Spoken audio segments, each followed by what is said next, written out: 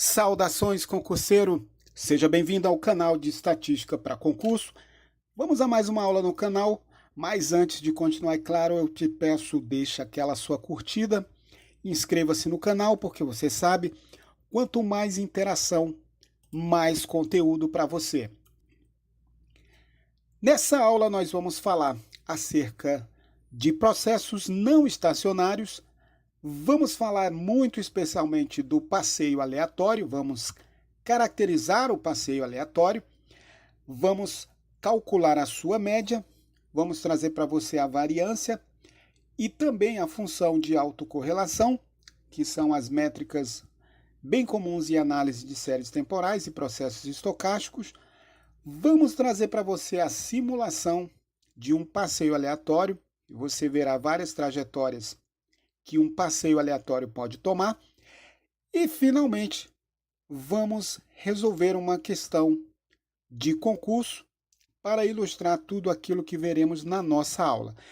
Para a simulação do passeio aleatório, nós vamos usar o R, um software bem comumente usado aí no meio estatístico. Bom, falando de processos não estacionários, na verdade, vamos relembrar os tipos de estacionariedades comumente tratada em um concurso de processos estocásticos ou de séries temporais. Temos então a estacionariedade fraca, que já vimos em alguma aula anterior da nossa playlist de séries temporais. Temos também a estacionariedade forte, uma condição muito mais rigorosa para a modelagem de séries temporais, que também já pincelamos nas aulas anteriores, e especificamente acerca da estacionariedade fraca, quando estamos admitindo a simplificação de um processo estacionário fraco, na verdade estamos admitindo que o primeiro momento é um valor finito e também que o segundo momento existe e é um valor finito. Com isso, nós teremos a função de autocovariância, calculada aí em instantes desse processo estocástico. Dizemos então que a função de autocovariância, no caso da estacionariedade fraca, vai depender apenas aí da diferença no tempo 1 e do tempo 2, ou seja, a distância que essas observações estão entre si.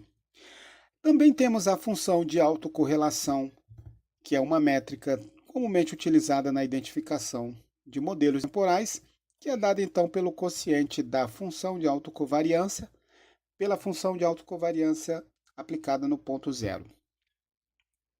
Bom, vamos falar então de um passeio aleatório, e para falar de um passeio aleatório, considere então uma sequência de ruídos, né? Temos aqui ruídos, nesse caso com uma média μ e uma variância σ2, sem perda de generalidade, podemos considerar que essa média é nula e uma variância positiva constante qualquer, né? O importante é a informação de que esses ruídos são variáveis aleatórias independentes, identicamente distribuídas, isto é, elas não se correlacionam no tempo. A partir dessa sequência de ruídos, nós definimos então uma outra sequência que é dada pela soma de todos esses ruídos no instante t, né? Pegamos então todo o histórico desses ruídos e somamos. Temos então uma nova sequência chamada de passeio aleatório, ou do termo em inglês random walk. Bom, segue-se então que a esperança de xt é dada então por essa expressão, aplicando aqui as propriedades da média, da linearidade do operador esperança. Temos então que essa média é dada pela soma das médias de cada ruído.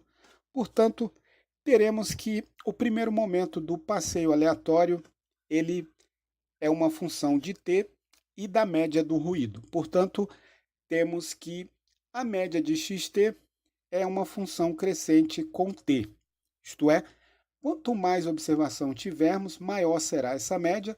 Temos então aí a presença de uma forma de não estacionariedade nesse processo random walk.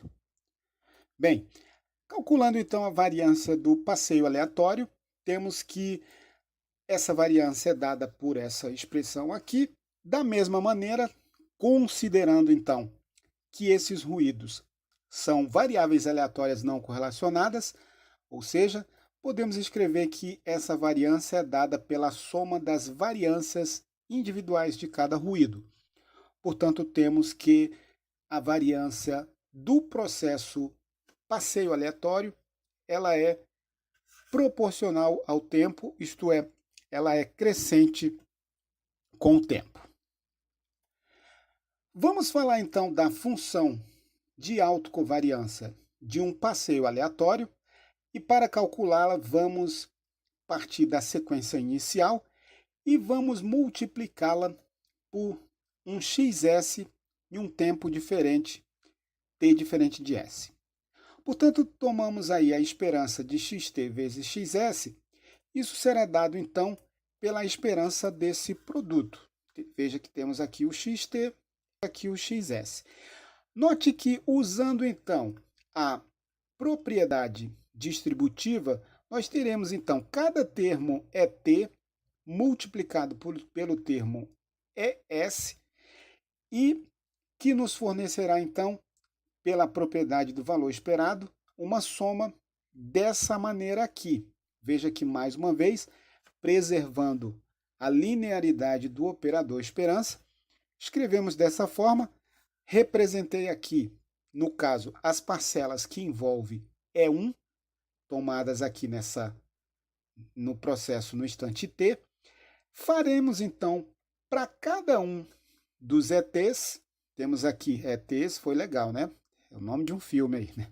Então, temos aqui cada ET será multiplicada por cada ES, vamos falar dessa maneira, né?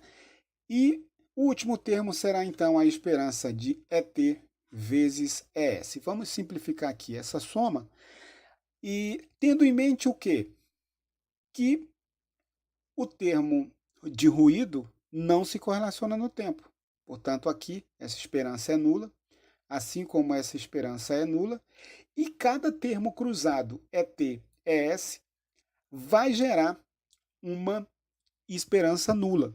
Portanto, o que restará dessa grande expressão é uma soma de quadrados dos ETs. Temos então aqui essa soma, e essa soma vai até onde? Vai até o mínimo de t e s.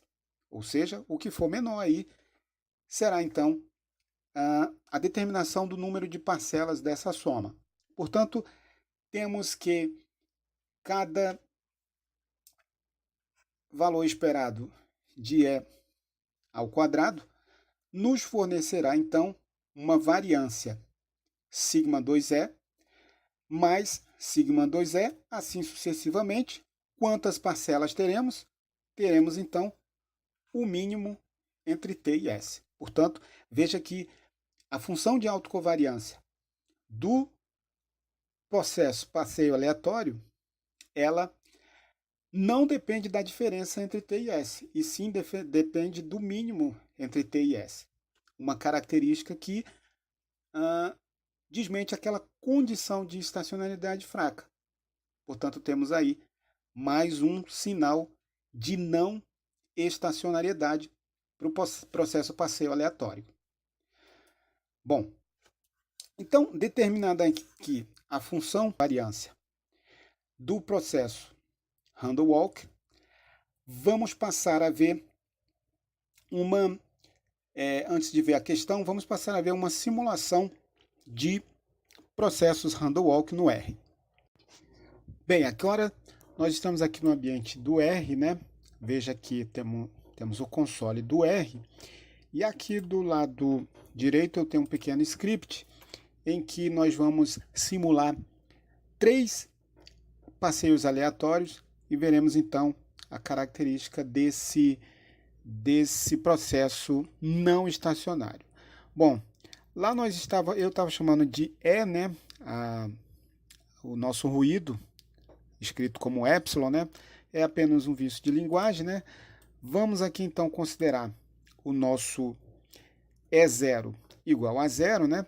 Vamos tomar aqui um N igual a 100. Vamos gerar então uma amostra de tamanho 100 dos nossos ruídos. Temos aqui então um vetor x, ó, que será o E0 e uma amostra da distribuição normal padrão de tamanho 99. Portanto, temos aqui 100 ruídos gerados aqui no console do R. Isso fica mais claro se a gente mostrar aqui esse vetor. Veja que temos aqui então a simulação de 100 ruídos. Portanto, o que fazemos aqui na variável y, estou chamando de y, né? A soma acumulada de cada valor de x, que representa exatamente o nosso random walk, o nosso passeio aleatório. Eu não vou mostrar aqui dessa maneira esses valores, porque também não fica muito elegante e não é muito conclusivo. Em vez disso, eu vou criar aqui uma janela gráfica para nós vermos então a trajetória de cada passeio aleatório. Vou então aqui fazer um plot do meu primeiro passeio aleatório y, para você ver essa primeira trajetória. Então, temos aqui o nosso primeiro passeio aleatório gerado. Veja que temos aqui então essa trajetória, né, bem irregular para o nosso primeiro random walk simulado. Vamos voltar aqui então no script para a gente gerar então uma nova amostra da distribuição normal padrão. Estou usando aqui uma nova semente para o gerador de números aleatórios do R. O comando set.seed é completamente arbitrário, né? Você pode escolher qualquer número. E o objetivo dele aqui é apenas que, caso você queira reproduzir essa aula, você obterá o mesmo resultado usando os mesmos comandos. Então, gerada aqui então uma nova amostra aleatória de tamanho 100, vamos então acumular cada uma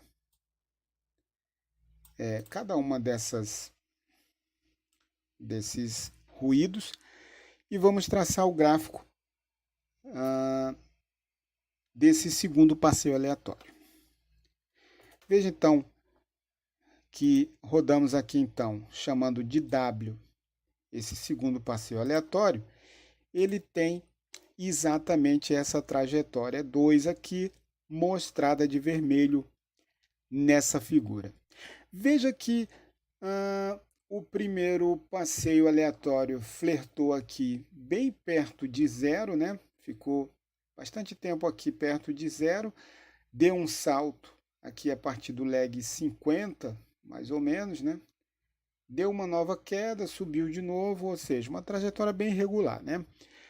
Da mesma maneira, o nosso segundo random walk, a segunda trajetória, temos aqui valores dessa soma acumulada, que representa então esse passeio aleatório. Note que a partir do lag 40, essa série sobe de patamar, atinge um certo nível aqui, perto de 12, e se mantém lá em cima.